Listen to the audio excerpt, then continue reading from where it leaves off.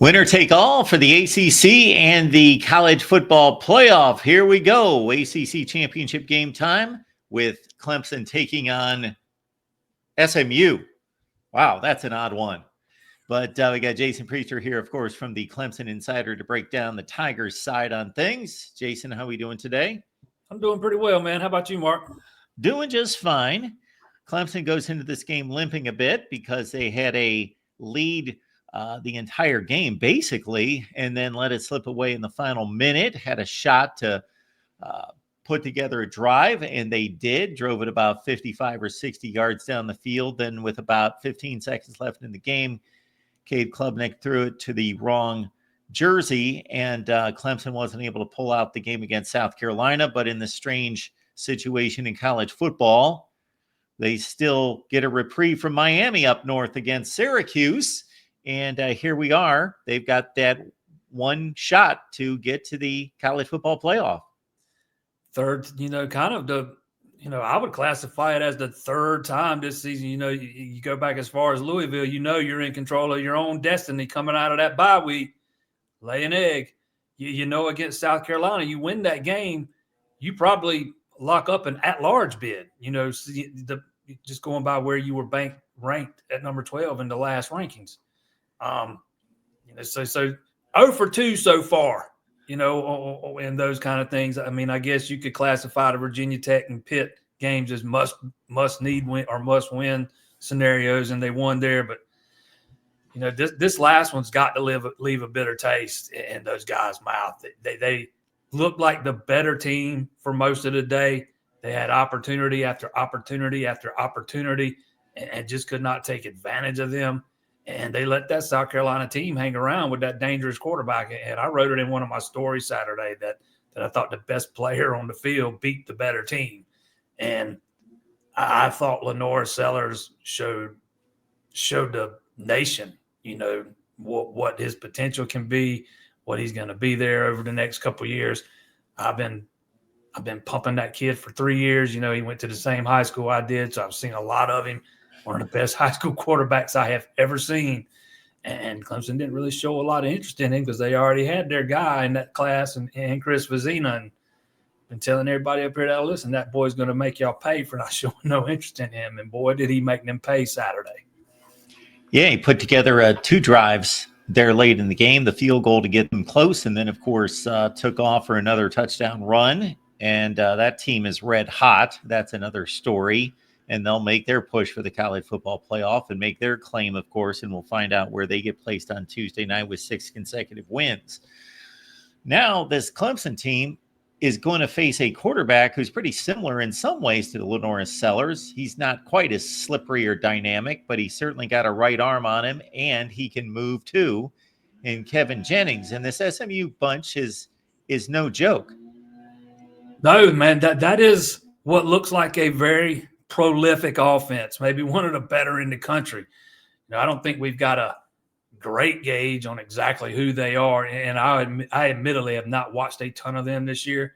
But that schedule doesn't have a lot of teeth to it. They haven't played a bunch of strong competition, but they've went out and done what they're supposed to do. Heck, even in the game they lost, Jennings wasn't the starting quarterback yet.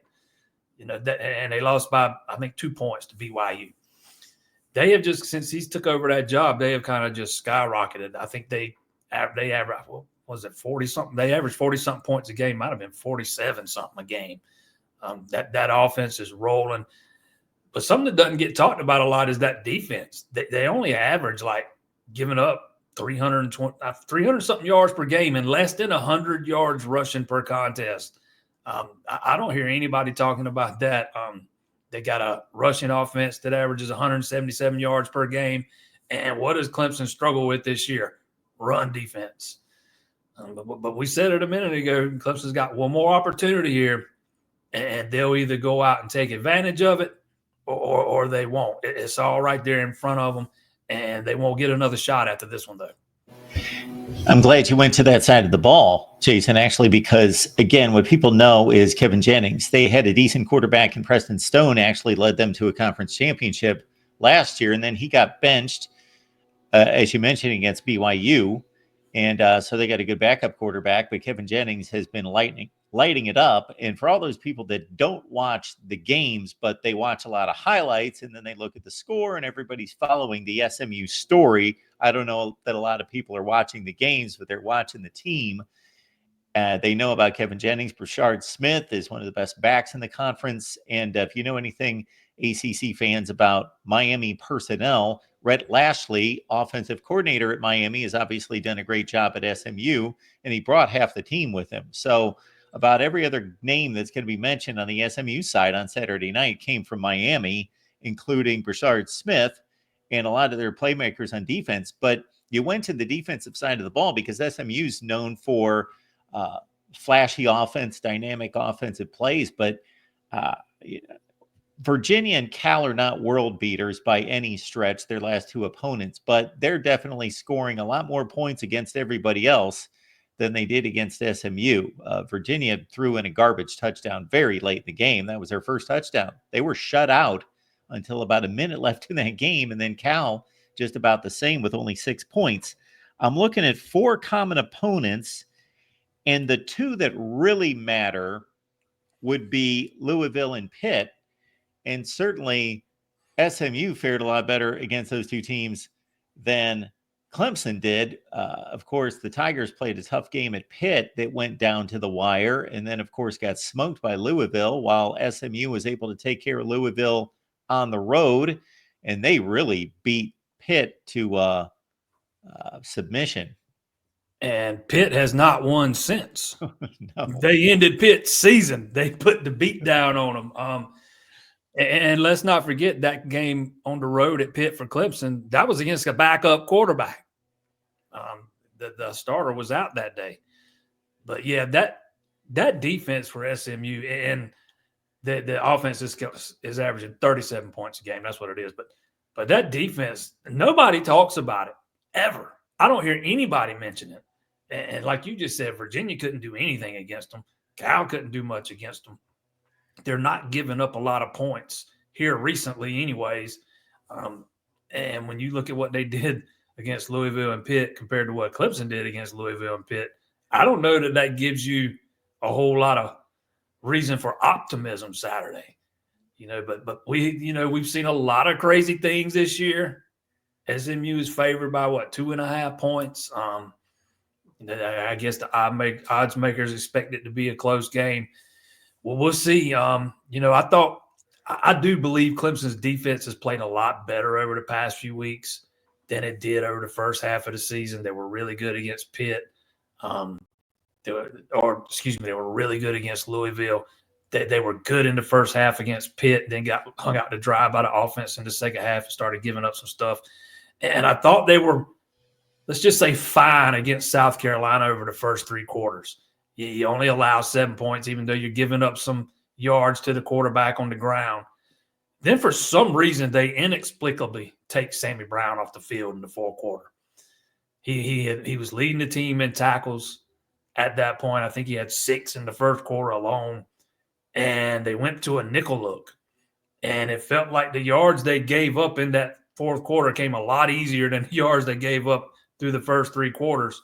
And, obviously tip of the cap to Lenore Sellers, because I think he broke the second highest amount of tackles in a game this season in that game. I think to beat the Boise State running back has the record for the most this season, and Sellers is second now. But,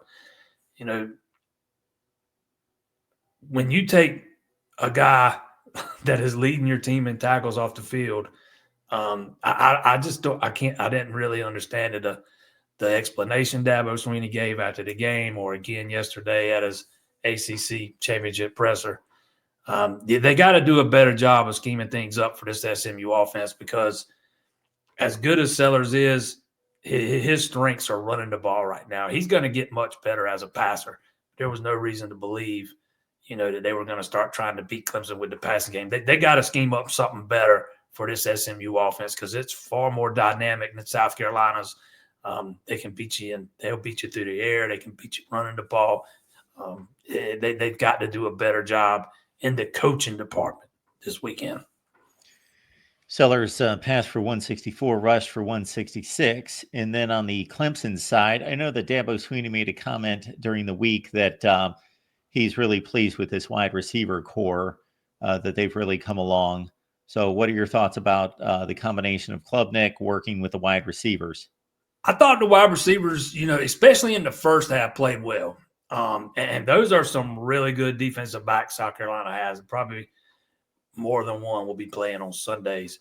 I thought South Carolina kind of tightened up the coverage in the second half, but there was a streak there in that fourth quarter where Clemson went on back-to-back. They had back-to-back 3-and-outs, and I think it was on the second one where they had a 3rd and 4, and Wesco had his man beat on a slant, and all Cade has to do is throw it to him, and it's a touchdown. There's nobody behind him, nobody's catching him, and Cade overshoots him. I thought TJ Moore played really well, but mostly in the first half before South Carolina tightened up that coverage. Antonio Williams made some big plays. Bryant Wesco had a couple himself, but Antonio Williams wasn't targeted once in that fourth quarter, not once, and he had 9 catches in that game. And the most important moments of the game, you're not even looking at that guy.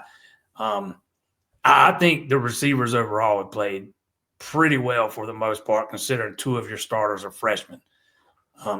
I like what I saw from those 2 freshmen against that, coverage that South Carolina presented Saturday. Much better than what I saw a few weeks ago when Louisville was up in their face and challenging them.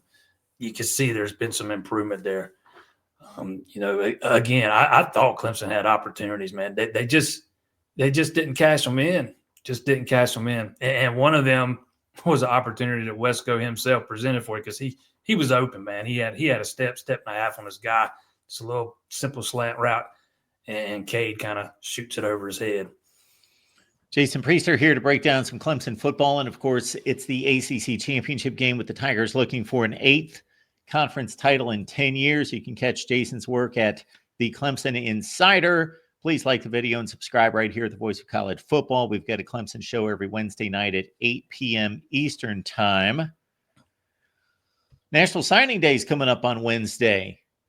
Anything in particular that you're looking out for that could break late? I don't know. Clemson, they lost a 7th commitment over the weekend with 4-star safety Jordan Young flipping to Michigan.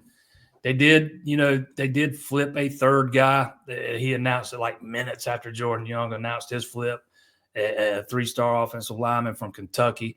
And for me, that kind of came out of the blue. I had no idea that was going to happen. They flipped a lower-rated 3-star quarterback last week to kind of take the place of Blake Hebert, who flipped to Notre Dame a couple months ago. But we'll see. I don't know that there are going to be any surprises. I think at this point, if you're Clemson, you just hope you don't lose anybody else because 6 of those guys out of, or the 7 of those guys, actually, I think 4 of them were top 100 guys.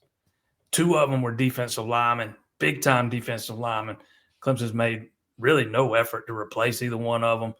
And, you would at least hope that, if you're a Clemson fan, you're hoping and you see them not making much of an effort to replace either of those guys that maybe they're going to look to the portal to address that need because it's still a need. Clemson made a major mistake not addressing that need in the portal last year. It would be devastating to go back-to-back years and not address it.